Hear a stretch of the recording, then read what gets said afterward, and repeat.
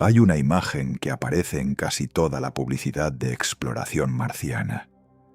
2 o 3 astronautas, con trajes anaranjados brillantes de pie en una llanura roja, el cielo de un color entre salmón y marrón detrás de ellos, y en la distancia una cúpula de vidrio o una instalación futurista que sugiere ciudad, progreso, civilización trasplantada a otro mundo. La imagen comunica aventura, logro, el tipo de aspiración que hace que los seres humanos se sientan orgullosos de su especie. Lo que esa imagen no muestra, lo que ninguna campaña publicitaria de ninguna agencia espacial ni ninguna empresa privada te dice con claridad, es la letra pequeña. Las personas en esa imagen no van de visita, no están en una misión que termina y las devuelve a la Tierra para el desfile y la entrevista y la reedición de su autobiografía. Están en una misión que termina en Marte, de manera definitiva, sin excepción, no porque el programa sea cruel, ni porque quienes lo diseñen no se preocupen por sus tripulantes, sino porque la física, la biología, la economía del transporte espacial y el tiempo mismo conspiran para hacer del regreso una opción que en la práctica no existe. Eso es lo que esta noche vas a entender completamente. Vas a entender por qué la ecuación del cohete hace que llevar combustible de regreso desde Marte sea un problema que ningún presupuesto concebible puede resolver. ¿Por qué el cuerpo humano, que pasa 2 o 3 años en la gravedad marciana, se convierte literalmente en un cuerpo diferente que ya no puede sobrevivir la llegada a la Tierra? ¿Por qué la radiación en la superficie de Marte obliga a una existencia subterránea que no tiene nada que ver con las cúpulas de cristal de los renders? ¿Por qué la economía de los lanzamientos favorece siempre mandar más gente y más equipo en lugar de traer a alguien de vuelta? ¿Y por qué toda esa acumulación de imposibilidades técnicas converge con la lógica histórica de la colonización para producir lo único que puede convertir a Marte en algo más que una base científica temporal? Gente que sabe que se queda. Empecemos con la física, porque la física no negocia. La ecuación del cohete es uno de esos resultados matemáticos que parece sencillo y que tiene consecuencias que resisten la intuición completamente. Fue derivada en su forma básica por Konstantin Tsiolkovsky a finales del siglo XIX y no ha cambiado desde entonces porque es física fundamental. Establece la relación entre la masa inicial de una nave, su masa final después de quemar todo el combustible, la velocidad de expulsión del propelente y el cambio de velocidad que la nave puede alcanzar. La consecuencia que importa para este guión es esta: la relación entre la masa de combustible necesaria y la masa de carga útil que quieres mover a una velocidad determinada es exponencial, no lineal. Si quieres duplicar el cambio de velocidad, no necesitas el doble de combustible, necesitas mucho más, porque el combustible adicional también tiene que ser acelerado, y para acelerarlo necesitas más combustible, que también tiene masa, que también necesita ser acelerada, en una espiral que escala rápidamente. Para llegar desde la Tierra a la órbita baja, la primera etapa de cualquier misión a Marte, la relación de masa típica de los cohetes actuales es de aproximadamente 94% combustible y 6% todo lo demás. Por cada 100 kilos de cohete que ves en la plataforma de lanzamiento, 94 son combustible, 6 son la estructura, los motores, la carga útil y todo lo que realmente quieres llevar. Ahora necesitas ir a Marte. Eso requiere una maniobra de transfer heliocéntrico que exige un cambio de velocidad adicional sustancial. Y en algún momento hay que frenar para entrar en la órbita de Marte y luego descender a la superficie, lo que requiere más combustible, o una combinación de aerofreno con la atmósfera tenue de Marte y cohetes adicionales de descenso. Luego está la parte que la mayoría de las discusiones populares sobre Marte eluden con elegancia. Para volver, hay que despegar de la superficie de Marte. Marte tiene una gravedad del 38% de la terrestre y una atmósfera que es menos de 1% de la presión de la atmósfera de la Tierra. Eso ayuda comparado con despegar de la Tierra. Pero despegar de la superficie de Marte hacia la órbita marciana sigue requiriendo combustible, y ese combustible tiene que estar ahí cuando necesitas usarlo. No puede llegar en el mismo viaje que los astronautas, porque el peso total de la misión ya es el límite de lo que el vehículo de lanzamiento puede manejar. Tendría que ser enviado antes en una misión de carga separada y funcionar perfectamente en la superficie de Marte durante meses o años antes de que los astronautas lleguen. Y luego de que los astronautas despeguen de la superficie de Marte y lleguen a la órbita marciana, todavía falta el viaje de vuelta a la Tierra, que tarda otros 7 meses aproximadamente, y al final la reentrada y el aterrizaje, que también requieren combustible o aerofreno. El resultado de sumar todos esos cambios de velocidad y calcular la masa inicial de combustible necesaria para una misión de ida y vuelta con tripulación es una cifra que hace que los ingenieros aeroespaciales se rasquen la cabeza y empiecen a buscar alternativas. La nave que tendría que despegar de la Tierra para llevar los astronautas a Marte y traerlos de vuelta con el combustible para todas esas maniobras tendría que ser de una escala que ningún cohete actualmente en operación ni en desarrollo puede lanzar desde la superficie terrestre en un solo lanzamiento. Hay una solución parcial que hace el problema más manejable. Los astronautas fabrican su combustible de regreso en Marte usando los recursos de ese planeta.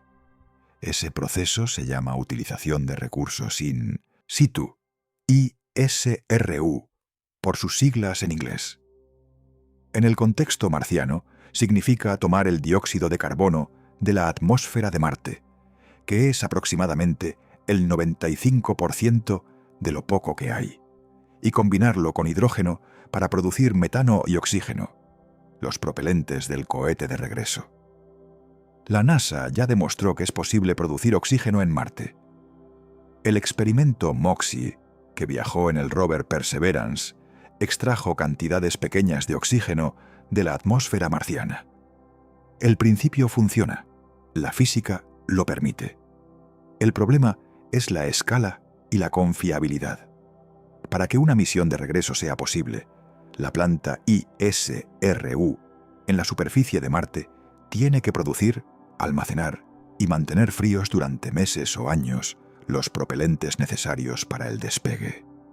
Tiene que funcionar continuamente en un ambiente con tormentas de polvo que pueden cubrir los paneles solares durante meses, con temperaturas que oscilan entre menos 60 grados centígrados en el Ecuador en 1900 verano y menos 125 en los polos en invierno, con un polvo cuyas partículas son tan finas que se infiltran en prácticamente cualquier mecanismo, y sin ningún técnico que pueda hacer mantenimiento en persona hasta que los astronautas lleguen.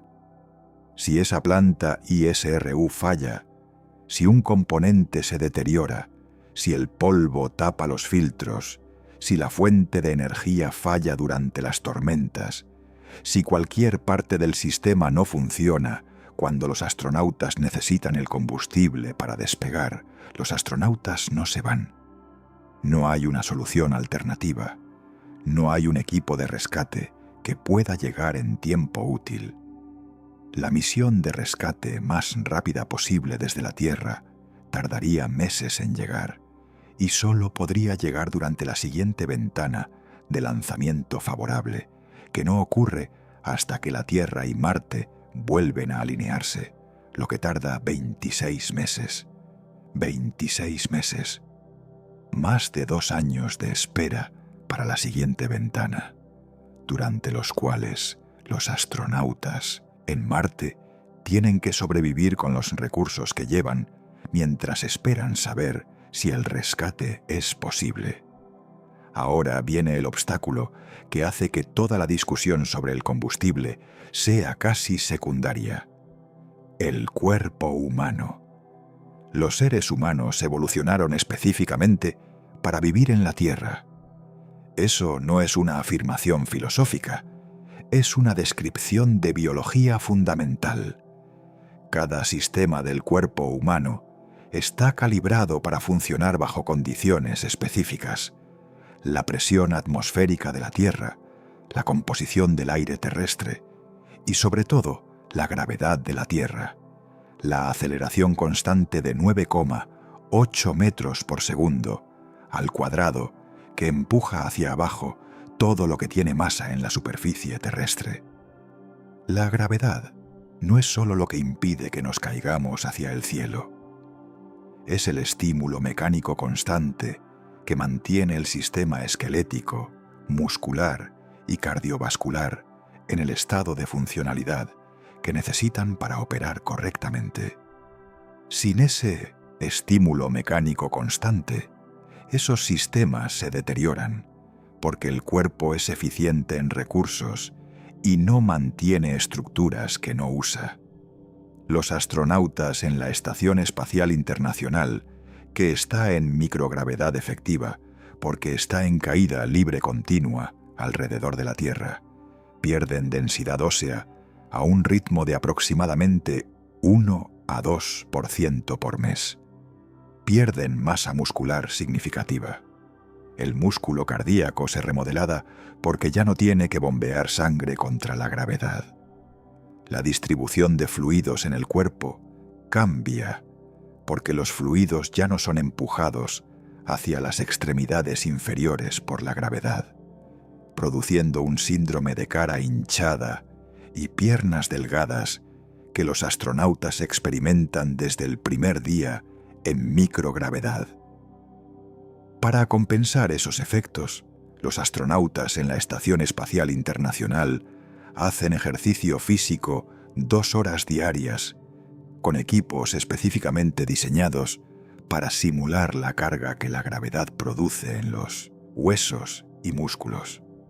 2 horas diarias de ejercicio intenso con el mejor equipo disponible, en un entorno controlado, con supervisión médica constante.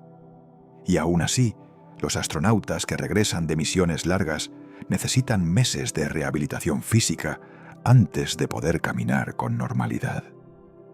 Los que han pasado más tiempo en la estación espacial, en misiones de 1 año, regresan con déficits físicos medibles que tardan más de 1 año en resolverse completamente, y algunos nunca vuelven al nivel de función física que tenían antes del vuelo. La gravedad de Marte no es microgravedad, es el 38% de la gravedad terrestre. Eso significa que el estímulo mecánico para los huesos y músculos es aproximadamente 1/3 de lo que reciben en la Tierra. El ritmo de deterioro esquelético y muscular en Marte sería menor que en la estación espacial, pero sustancialmente mayor que en la Tierra. Después de 1 o 2 años en la gravedad de Marte, los cambios en el sistema esquelético y muscular de los astronautas serían lo suficientemente profundos como para hacer que el regreso a la gravedad terrestre no fuera una incomodidad, sino un riesgo médico agudo. Al reentrar en la atmósfera terrestre y aterrizar, el cuerpo de alguien que ha pasado 2 años en Marte experimentaría de repente una carga gravitacional que sería 2,6 veces mayor que la que ha soportado en los últimos 2 años. Los huesos que han perdido densidad podrían fracturarse bajo el peso del propio cuerpo. El músculo cardíaco, que se ha remodelado para funcionar en la gravedad marciana, podría no tener la fuerza para bombear sangre eficientemente contra la gravedad terrestre en el momento en que más lo necesita. Los músculos de las piernas, que han tenido que soportar solo el 38% del peso corporal durante años, no tienen el tamaño ni la fuerza para soportar el 100%. No hay cantidad de ejercicio físico que pueda compensar completamente esa diferencia si la persona vive en Marte durante años. Puedes fortalecer los músculos más allá del nivel que requiere la gravedad marciana con equipos de resistencia artificial, pero los huesos no responden al ejercicio de la misma manera que los músculos, y su pérdida de densidad en gravedad reducida no puede prevenirse completamente con ningún régimen de ejercicio conocido. El problema no es solo el regreso inmediato, es que después de suficientes tiempo en Marte, el cuerpo se reorganiza fisiológicamente para funcionar en ese entorno. Se convierte en un cuerpo marciano, optimizado para las condiciones de Marte. Y ese cuerpo marciano ya no puede funcionar normalmente en la Tierra. Ese punto de no retorno biológico es probablemente irreversible. No porque la medicina no pueda mejorar en las décadas que vienen, sino porque algunos de los cambios, especialmente la pérdida de densidad ósea y la remodelación cardiovascular después de años de exposición, tienen límites que no son simplemente de entrenamiento o recuperación, sino de estructura tisular. Si en este punto, la imagen de los primeros humanos en Marte, como personas que saben desde el principio que ese suelo rojo es lo último que pisarán en su vida, genera en ti esa mezcla específica de asombro ante la escala del sacrificio y de respeto profundo por lo que eso significa. En la descripción tienes nuestro audio, Premium Viaje Hipnótico por el Universo. 90 minutos de ciencia y relajación para que la historia de los primeros marcianos y de lo que están renunciando te acompañe mientras te quedas dormido. Para que el sacrificio de los fundadores de una nueva humanidad esté contigo al descanso. Pero antes de cerrar los ojos, hay que entender el tercer factor que hace del regreso algo prácticamente imposible: la radiación. La Tierra tiene un sistema de protección contra la radiación del espacio que es tan constante e invisible que prácticamente ningún habitante del planeta lo tiene en cuenta en ningún momento de su vida. El campo magnético terrestre, producido por la circulación del hierro líquido en el núcleo del planeta, se extiende hasta decenas de miles de kilómetros en el espacio y desvía la mayor parte de las partículas cargadas del viento solar antes de que lleguen a la atmósfera. La atmósfera misma, con su columna de aire de 100 kilómetros de espesor y una presión de una atmósfera en la superficie, absorbe el resto de la radiación que llega desde el espacio. El resultado es que un ser humano en la superficie de la Tierra recibe una dosis de radiación de aproximadamente 2 a 3 milisieverts por año de fuentes naturales.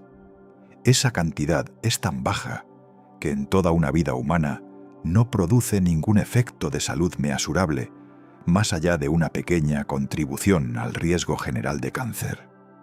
Marte no tiene campo magnético global. Tuvo uno hace miles de millones de años cuando su núcleo estaba activo, pero ese núcleo se enfrió y solidificó, y el campo magnético desapareció. La atmósfera marciana es demasiado delgada para proporcionar protección significativa contra la radiación. El resultado es que la superficie de Marte está expuesta directamente al viento solar y a los rayos cósmicos galácticos. Los rayos cósmicos galácticos Son partículas de altísima energía que provienen de fuera del sistema solar, de supernovas y de otras fuentes de alta energía en la galaxia. Son difíciles de bloquear porque su energía es tan alta que penetran incluso materiales densos. El viento solar varía en intensidad con el ciclo de actividad del Sol y puede producir eventos de partículas solares, erupciones en las que el Sol lanza una nube de protones energéticos al espacio que pueden entregar dosis de radiación letales en pocas horas si no hay protección adecuada. Las estimaciones de la dosis de radiación que recibirían los astronautas en una misión marciana son de 1900 aproximadamente 0.3 milisieverts por día en la superficie de Marte, lo que se traduce en aproximadamente 100 milisieverts por año, comparado con los 2 a 3 milisieverts anuales en la Tierra. A eso hay que sumar la dosis durante el viaje de ida y vuelta, que en el espacio interplanetario, sin la protección del campo magnético terrestre, es de aproximadamente 1 a 2 milisieverts por día, lo que en un viaje de 7 meses da entre 210 y 420 milisieverts adicionales. El límite de carrera que la NASA establece para sus astronautas es de aproximadamente 600 milisieverts totales durante toda su vida profesional como límite de seguridad. Una misión marciana de 18 meses, incluyendo el viaje de ida, la estancia en la superficie y el viaje de vuelta, podría entregar entre 700 y 900 milisieverts, superando ese límite en un solo vuelo. Para misiones más largas, la dosis acumulada se vuelve un problema médico serio. La radiación daña el ADN de las células y aumenta el riesgo de cáncer de manera proporcional a la dosis. También produce daños al sistema nervioso central, que en dosis acumuladas altas pueden causar deterioro cognitivo medible. Hay evidencia experimental de que la radiación de rayos cósmicos, que no es el tipo de radiación que más nos preocupa en la Tierra, produce en animales de laboratorio daños neurológicos que incluyen deterioro de la memoria y problemas de función cognitiva. La solución a la radiación en Marte es el blindaje, material denso entre los astronautas, y la fuente de radiación reduce la dosis. En la superficie de Marte, el blindaje más eficiente y más barato en términos de masa es el regolito, el suelo marciano. Construir habitaciones con 1 o 2 metros de regolito sobre el techo reduce la dosis de rayos cósmicos a niveles más manejables. El polvo marciano también tiene la ventaja de que está disponible en cantidades ilimitadas y no hay que transportarlo desde la Tierra. Eso describe la realidad de vivir en Marte de una manera que los renders de las agencias espaciales raramente muestran. No en cúpulas transparentes con vistas panorámicas de los cráteres marcianos, sino bajo tierra, en estructuras enterradas en el regolito, con el mínimo de tiempo posible en la superficie durante los eventos de mayor actividad solar, usando sensores que monitorean la dosis acumulada de cada miembro de la tripulación. Es una vida viable. Hay civilizaciones enteras que han vivido bajo tierra en la historia humana, en cuevas, en ciudades subterráneas excavadas en la roca, en estructuras diseñadas para proteger de condiciones hostiles del exterior. No es la vida que los pósters de Marte sugieren, pero es habitable si los sistemas funcionan. Lo que no es, bajo ninguna concepción realista de la tecnología actual o de la tecnología plausible en las próximas décadas, es la vida de alguien que está de visita temporal, esperando el vuelo de regreso. Hay también el polvo. El regolito marciano tiene una propiedad que lo hace más problemático que el polvo terrestre en casi todos los aspectos relevantes. está compuesto en parte de partículas de sílice a escala de nanómetros, partículas cuyos bordes son angulosos, porque el regolito marciano nunca ha sido sometido a los procesos de erosión por agua o viento que en la Tierra suavizan los bordes de las partículas a lo largo del tiempo. Esas partículas ultrafinas con bordes angulosos pueden penetrar profundamente en el tejido pulmonar, produciendo daños que en la Tierra se asocian con enfermedades como la silicosis, que es una enfermedad pulmonar progresiva, irreversible, producida por la inhalación prolongada de partículas de sílice. El polvo también adquiere carga electrostática en la superficie de Marte, porque sin campo magnético global, el viento solar carga la superficie directamente. El polvo cargado se adhiere a casi cualquier superficie, a los trajes de los astronautas, a los paneles solares, a los instrumentos ópticos, a los mecanismos de sellado de las esclusas de aire. Las tormentas de polvo marcianas, que en algunos años se vuelven globales y cubren todo el planeta, reducen la cantidad de luz solar que llega a la superficie a una fracción de su valor normal durante semanas o meses, lo que reduce la capacidad de los paneles solares y limita la energía disponible para los sistemas de la base. La combinación de radiación, polvo, gravedad reducida y el aislamiento del entorno hostil exterior produce un ambiente en el que la vida es posible, pero requiere una ingeniería cuidadosa, constante y sin margen para errores mayores. Una vida de ingeniero, no de turista. La lógica económica del transporte espacial refuerza cada uno de esos argumentos físicos y biológicos con un argumento de eficiencia que tiene su propia frialdad.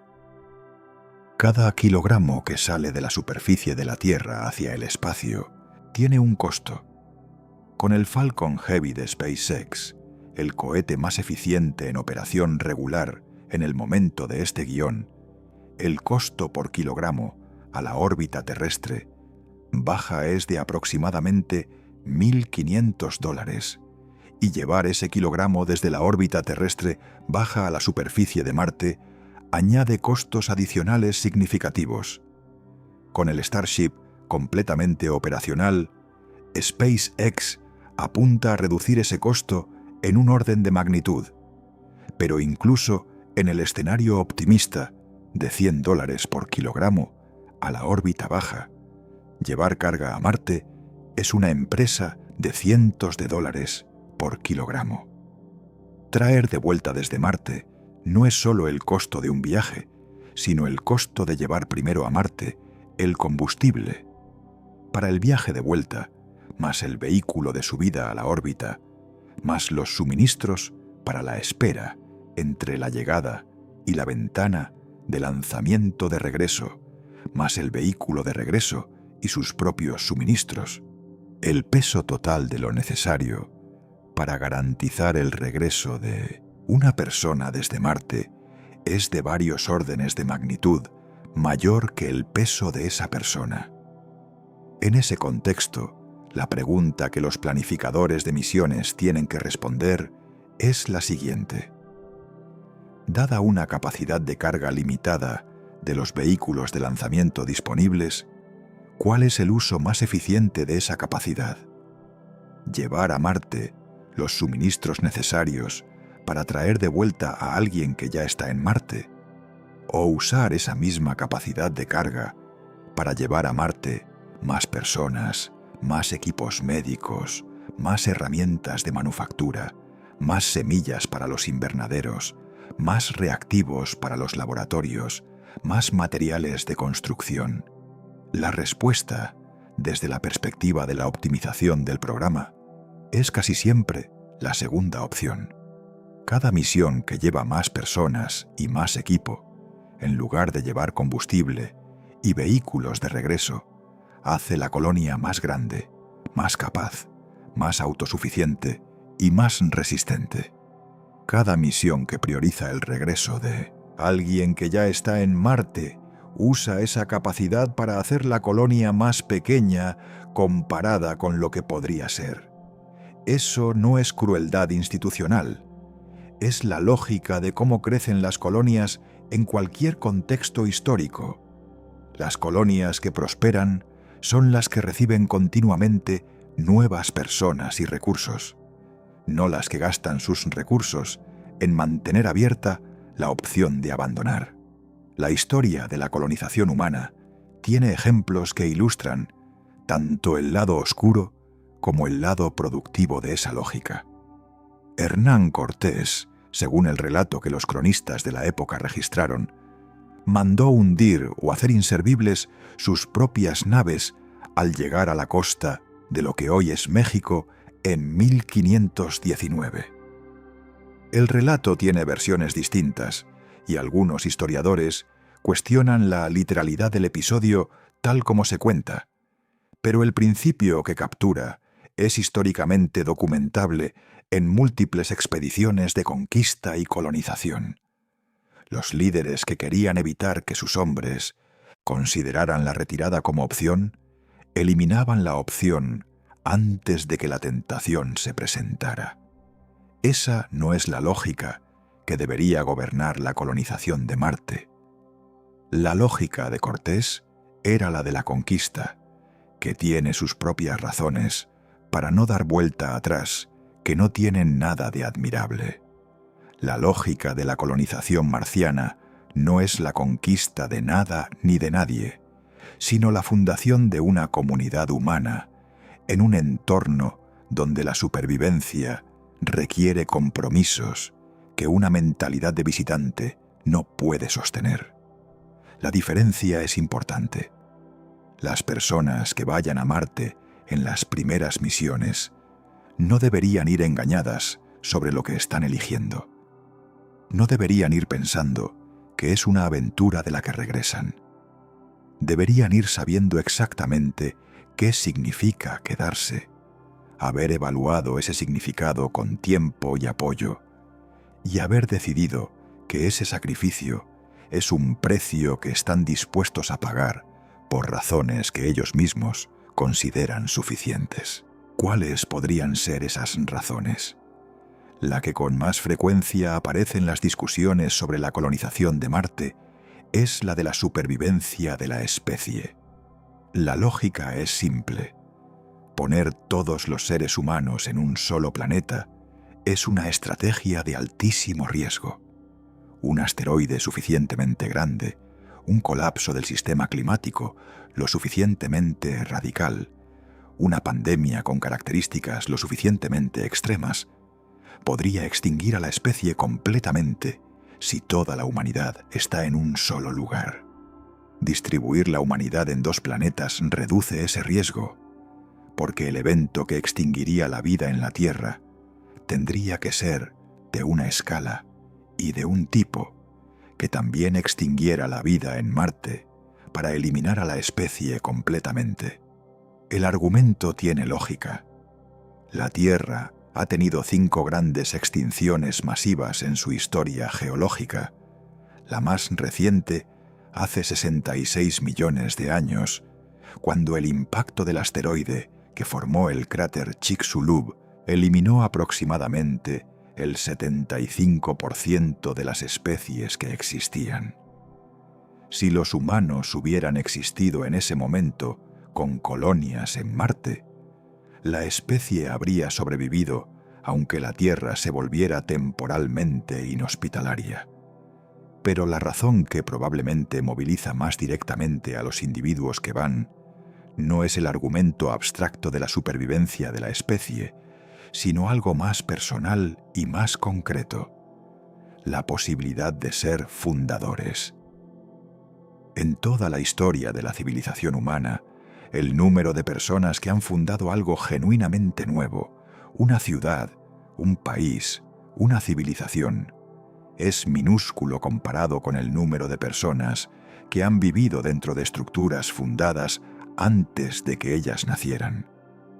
La mayor parte de la historia humana, para la mayor parte de los seres humanos, ha sido vivida dentro de sistemas políticos, culturales y físicos que ya existían. Los primeros humanos en establecerse permanentemente en Marte fundarán algo que no existía antes. Las primeras normas de convivencia en la colonia marciana no tendrán precedentes escritos, porque nadie ha vivido nunca en las condiciones en que ellos vivirán. Las primeras decisiones sobre cómo organizarse, cómo resolver los conflictos, cómo distribuir los recursos en un entorno donde los recursos son escasos y el error puede ser letal, las tomarán ellos sin poder copiarlas de ningún modelo anterior. Eso es un peso enorme, y para algunas personas es también una atracción irresistible. El factor psicológico de quedarse en Marte tiene dimensiones que la discusión técnica frecuentemente omite, porque son difíciles de cuantificar, pero que probablemente determinen tanto el éxito o fracaso de las misiones como cualquier factor técnico. La distancia de comunicación entre Marte y la Tierra oscila entre aproximadamente 3 minutos cuando están en su acercamiento máximo y 22 minutos cuando están en el punto más distante de sus órbitas. El retraso de comunicación de ida y vuelta va de 6 minutos a 44 minutos, dependiendo de la posición relativa de los dos planetas. Eso hace que la comunicación en tiempo real sea imposible. No puedes tener una conversación. Puedes intercambiar mensajes, videos, documentos, con un retraso de varios minutos a cada lado. Es lo más parecido a cartas que la tecnología moderna puede producir. Para las personas en Marte, eso significa que la Tierra se vuelve gradualmente menos presente en la manera en que un lugar es presente cuando puedes llamar a alguien y escuchar su voz en tiempo real. Se convierte en un lugar del que recibes noticias diferidas, donde los eventos que describes ya ocurrieron cuando los describes, donde la respuesta a cualquier pregunta llega cuando la urgencia del momento que la generó ya pasó. Con el tiempo, esa desconexión progresiva cambia la relación afectiva con la Tierra. La Tierra pasa de ser el hogar al que perteneces a ser el lugar de donde vienes. Y Marte, con toda su hostilidad y su ausencia de lluvia y árboles y océanos, se convierte en el lugar donde vives, donde están las personas que conoces en este momento, donde están los problemas que tienes que resolver hoy. Esa transformación psicológica no es una pérdida unilateral, aunque tenga elementos de pérdida. La Tierra sigue siendo parte de la identidad de los primeros marcianos. Sus recuerdos de la Tierra, su formación, su idioma, su cultura, son parte de lo que son. Pero se convierten en marcianos en el sentido de que su vida cotidiana, sus lealtades prácticas, sus expectativas sobre el futuro, están todas en Marte. Y eso tiene consecuencias que van más allá de la psicología individual. Tiene consecuencias para la viabilidad de la colonia. Una colonia de personas que piensan constantemente en volver, que miden su tiempo en Marte como el tiempo que falta para poder irse, que no invierten su energía y creatividad en resolver los problemas específicos de ese entorno específico, porque su horizonte mental está en otro lugar. Es una colonia frágil. Depende de la motivación externa, de las misiones de suministro y del apoyo institucional de la Tierra de una manera que la hace vulnerable a cualquier interrupción en ese apoyo. Una colonia de personas que han aceptado que Marte es su lugar, que tienen un horizonte mental que se extiende décadas hacia el futuro en ese planeta, que están invirtiendo su energía en construir algo que dure más que ellas. Es una colonia que puede sobrevivir las inevitables crisis que ningún plan anticipó completamente. La diferencia entre esas dos mentalidades no es solo psicológica, es la diferencia entre una base temporal y una civilización en formación. El proceso de fundar una civilización en Marte, si ocurre, no será un evento singular, sino una acumulación de decisiones tomadas por personas reales en circunstancias concretas a lo largo de décadas. Las primeras normas que la colonia establezca para el uso compartido de los recursos serán el embrión del derecho marciano. La primera vez que la colonia tome una decisión que contradiga las instrucciones de la Tierra, porque las personas en Marte tienen información local que la Tierra no tiene, y el tiempo de comunicación hace la coordinación imposible, esa será la primera afirmación de autonomía política marciana. El primer niño que nazca en Marte y cuyo cerebro se desarrolle en la gravedad marciana, cuyos primeros recuerdos sean de los pasillos de la base y no de ningún lugar terrestre, esa persona será la primera que sea marciana, no solo por elección, sino por origen. Esos momentos, que si ocurren, ocurrirán décadas después de los primeros aterrizajes, son la razón por la que la pregunta de si quien vaya a Marte puede regresar importa más allá de la logística de una misión individual.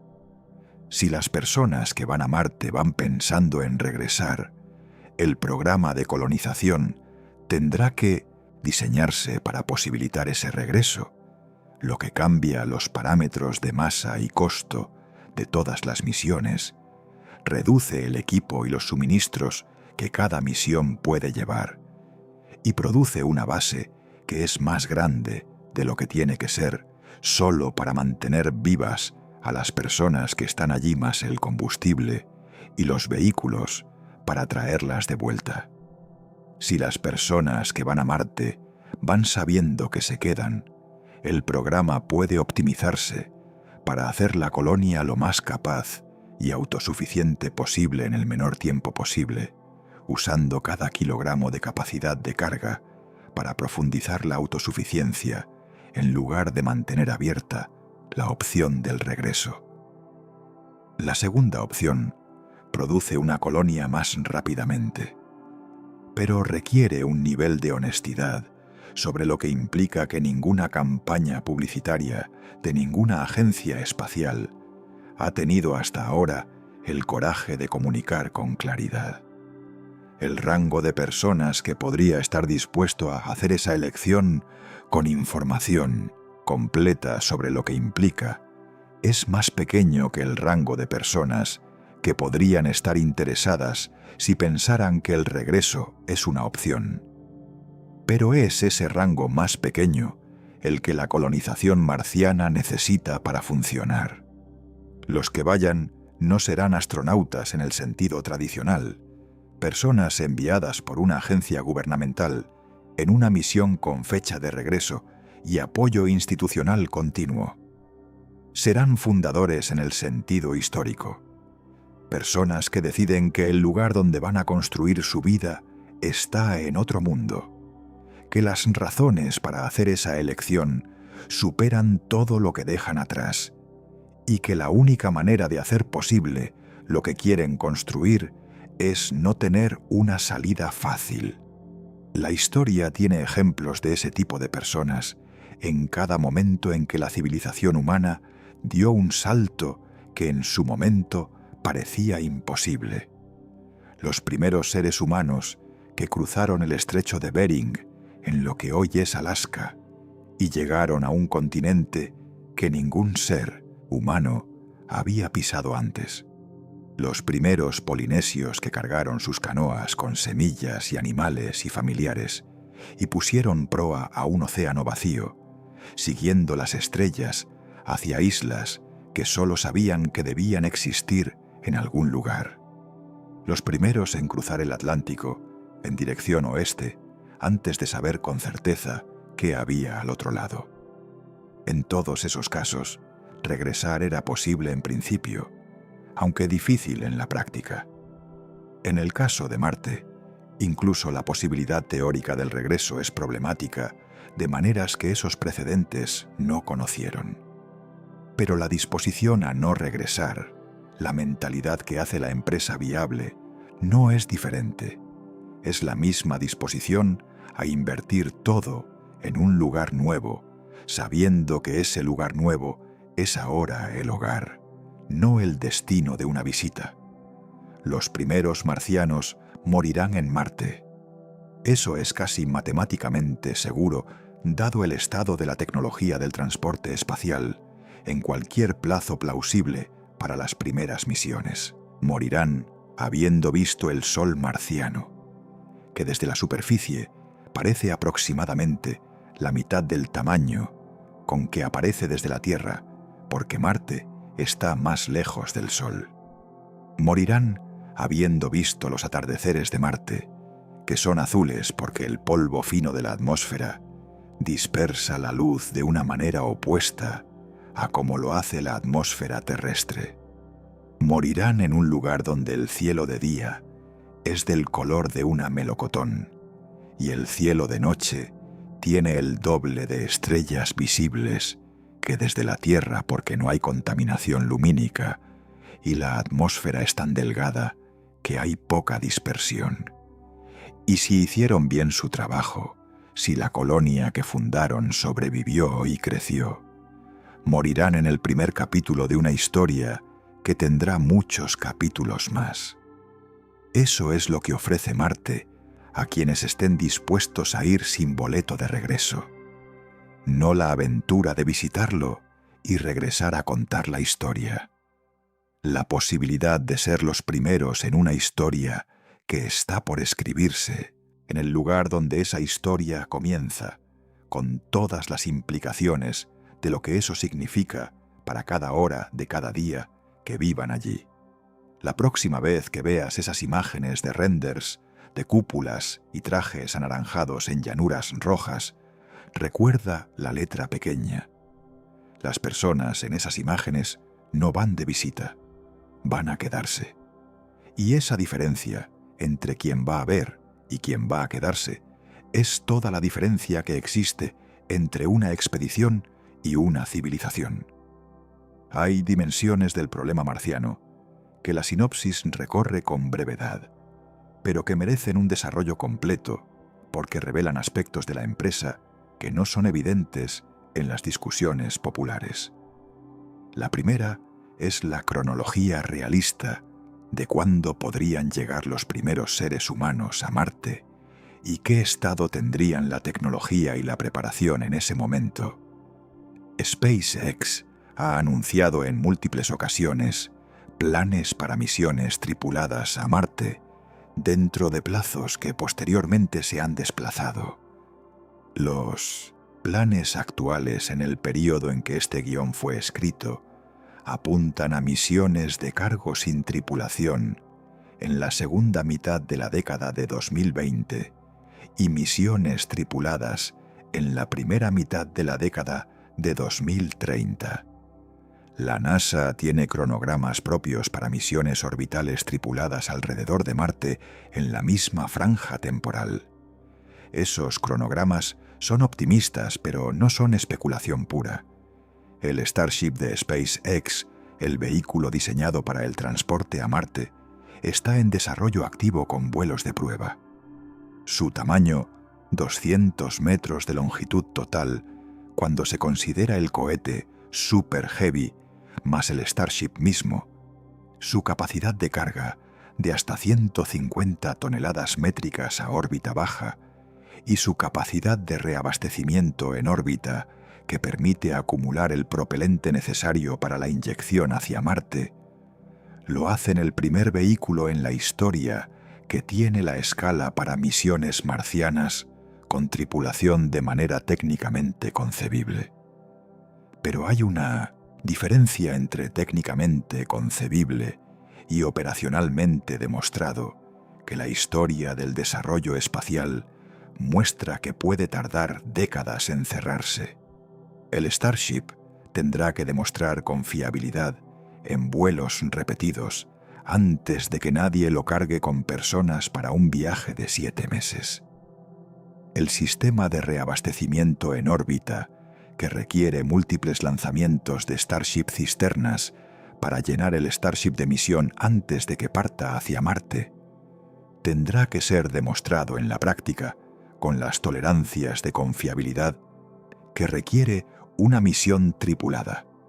La planta ISRU, que tiene que producir el combustible de regreso en Marte, tendrá que ser enviada primero, funcionar durante meses sin mantenimiento humano y ser verificada antes de que los astronautas aterricen. Eso requiere que la tecnología ISRU sea escalada desde los experimentos de demostración actuales a una planta de producción real. Los sistemas de soporte vital de la base marciana tendrán que demostrar su confiabilidad en entornos comparables al marciano, probablemente en la Luna, como banco de pruebas antes de llevarlos a Marte, y posiblemente a través de misiones previas no tripuladas que prueben los sistemas in situ. Todo eso sugiere que la primera misión tripulada a Marte, si ocurre en los años 2030, llegará con una tecnología que ha sido probada extensamente, pero que nunca ha sido usada en la operación real de una colonia marciana. Los primeros tripulantes serán los que descubran qué falla cuando todo funciona exactamente como fue diseñado en las condiciones para las que no había ningún modelo histórico. Eso no es pesimismo, es el patrón histórico de cualquier primera misión de exploración. La primera misión a la Luna, Apolo 11, aterrizó en la base de la mina Tranquilidad con una alarma de programa de la computadora de vuelo que nadie había visto antes y que los técnicos en el centro de control tuvieron que evaluar en tiempo real para decidir si continuaban o abortaban el aterrizaje. El código de error 1202 indicaba que la computadora de guía estaba sobrecargada, pero el software estaba diseñado para priorizar las funciones críticas y continuar operando en ese estado. El controlador de vuelo Steve Bales, con 26 años en ese momento, tomó la decisión de decir «continúen». Armstrong y Aldrin aterrizaron 4 minutos después. Los primeros humanos en Marte tendrán sus propios momentos de código 1202. Excepto que el retraso de comunicación de 20 minutos hará que muchas de esas decisiones tengan que tomarse en Marte sin poder esperar consejo desde la Tierra. La segunda dimensión que merece desarrollo es el problema de la salud mental en aislamiento prolongado, que es potencialmente tan limitante como los problemas físicos de la radiación y la gravedad.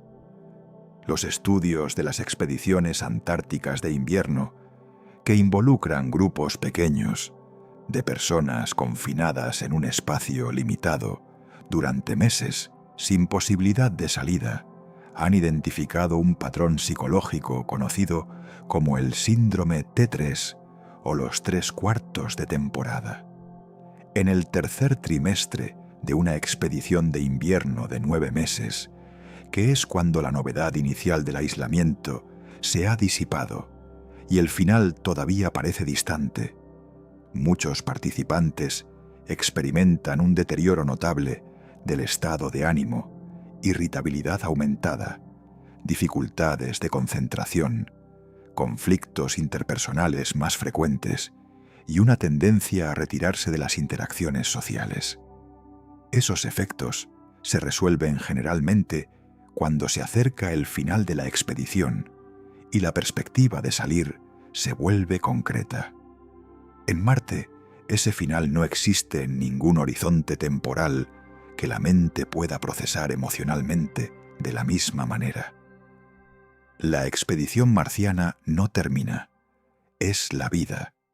Los métodos para gestionar eso en las expediciones antárticas, la rotación regular de personal, la certeza de que el aislamiento tiene una fecha de fin, la posibilidad de evacuar en emergencia médica, no están disponibles en Marte de la misma manera. La colonia marciana tendrá que desarrollar sus propios métodos para gestionar la psicología del aislamiento permanente. Y esos métodos no existen todavía, porque nadie ha estado en esa situación antes. Lo que sí existe es evidencia de que los seres humanos son sorprendentemente adaptables a condiciones que parecen incompatibles con el bienestar psicológico, cuando hay un propósito claro, una comunidad funcional, autonomía sobre las propias decisiones y progreso medible hacia objetivos concretos. Las expediciones de larga duración, en contextos de alta adversidad, desde las expediciones polares históricas hasta las misiones de mayor duración en la Estación Espacial Internacional, producen en muchos participantes no solo resiliencia, sino crecimiento personal y una calidad de experiencia que quienes los conocen antes y después describen como transformadora. La diferencia entre una comunidad que se desgasta psicológicamente y una que se fortalece en las condiciones de Marte probablemente no estará en la tecnología, sino en la selección de las personas, en la calidad del diseño de la comunidad, y en si quienes viven en ella tienen un sentido genuino de que lo que están haciendo importa. El tercer aspecto que merece desarrollo es la cuestión de la gobernanza de la colonia marciana, que es un problema político y filosófico tanto como técnico. ¿Bajo qué leyes vivirían los primeros habitantes de Marte?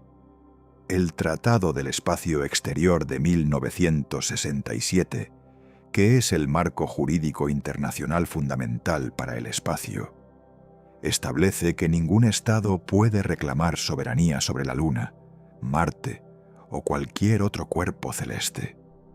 Los astronautas son designados como enviados de la humanidad y tienen que recibir asistencia en caso de emergencia, independientemente de su nacionalidad. Los estados son responsables de las actividades espaciales de sus ciudadanos, pero el Tratado del Espacio Exterior fue diseñado en el contexto de la exploración científica y la competencia de la Guerra Fría, no de la colonización permanente con poblaciones civiles.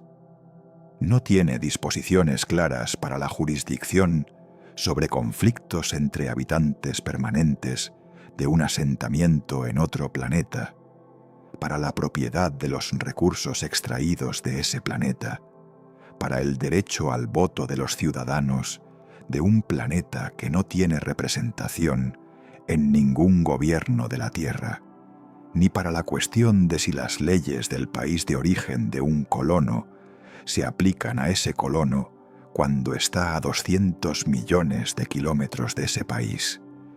La experiencia histórica con colonias sugiere que la autonomía de la colonia respecto a la metrópolis tiende a crecer con el tiempo, por razones prácticas, tanto como por razones ideológicas. Las personas que viven en un lugar conocen mejor las condiciones de ese lugar que quienes administran desde lejos. Las decisiones que tienen que tomarse rápidamente no pueden esperar el tiempo de comunicación. Las necesidades de la colonia y las prioridades de quienes la financian desde la Tierra inevitablemente divergen a medida que la colonia desarrolla su propia vida interna. Los primeros marcianos probablemente comenzarán bajo alguna forma de autoridad de la agencia o empresa que los envió. Con el tiempo, si la colonia sobrevive y crece, esa autoridad se negociará, se disputará y eventualmente se transformará en algo diferente. El proceso no será limpio ni ordenado. Será el proceso habitual de la política humana, con todas sus fricciones y sus soluciones imperfectas, pero en un entorno donde el margen de error es más estrecho que en la Tierra, porque las consecuencias de ciertas categorías de error son directamente letales. El cuarto aspecto es la biología de una colonia que, si persiste, eventualmente tendrá que ser reproductivamente autosuficiente. Ninguna colonia puede sostenerse indefinidamente recibiendo todos sus miembros nuevos de otro lugar. En algún momento, la colonia marciana tendrá que producir sus propios nacimientos. Eso plantea preguntas para las que la medicina todavía no tiene respuestas seguras.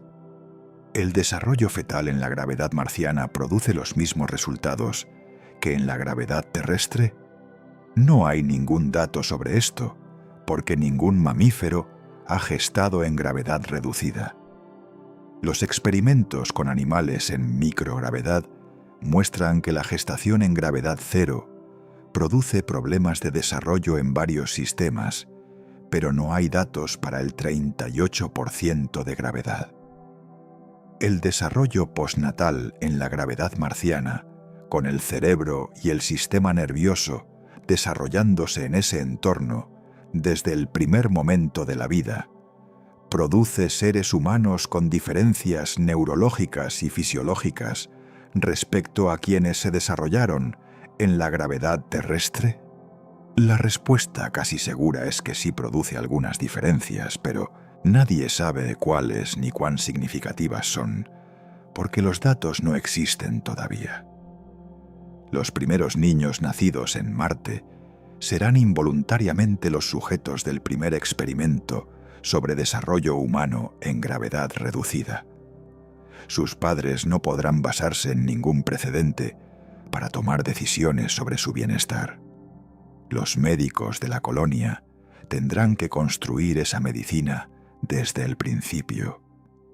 Y esos niños, si crecen en Marte y sus cuerpos se desarrollan en la gravedad marciana, probablemente no podrán vivir en la Tierra de manera confortable, aunque técnicamente pudieran ser transportados allí.